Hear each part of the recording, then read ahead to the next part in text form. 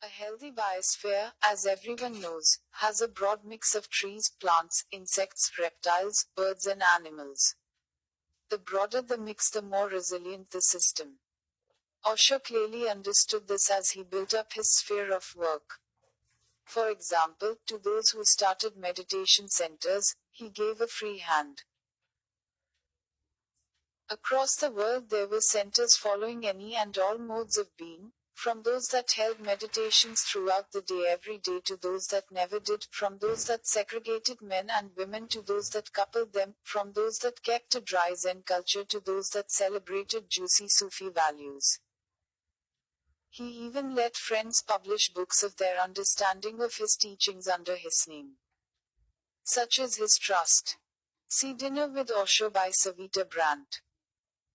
Osho Sannidhi Meditation Center is a tiny green island of love, laughter, meditation and good food in a great ocean of golden rice paddies not far from Mysore, Karnataka.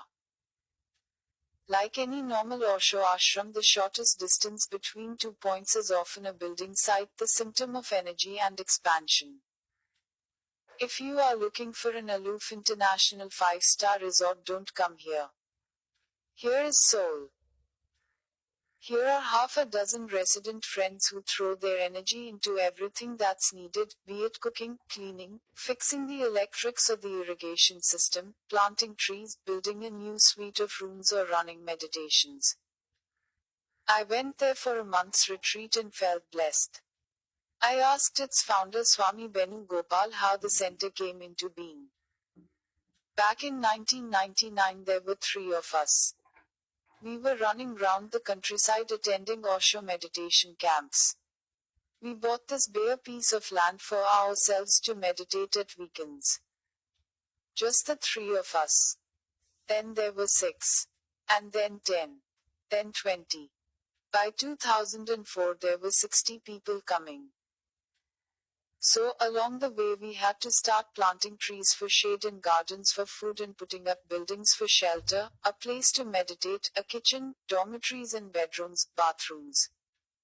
It all happened organically. I had been working as a lawyer in the city. After a while I realized some of the friends were staying here all week working.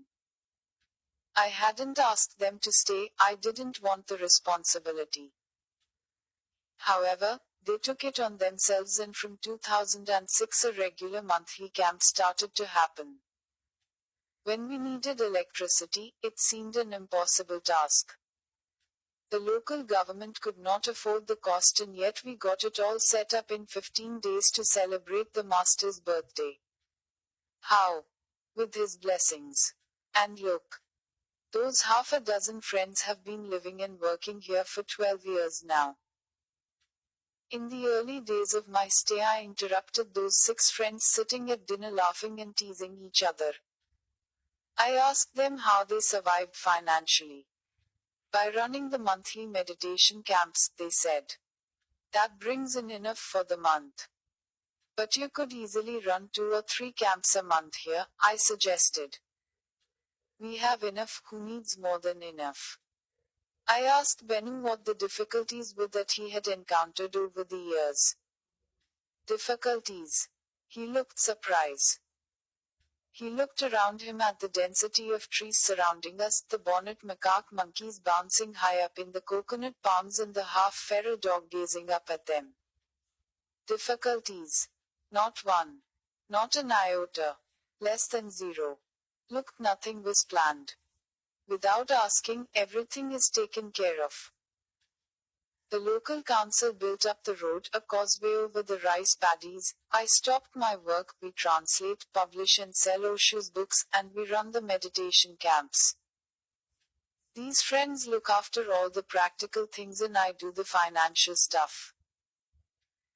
I'm always surprised how things happen, like now for these en-suite rooms we are building in the little meditation room, the money just comes in. Here's a story of Osho Sannidhi that reveals its atmosphere.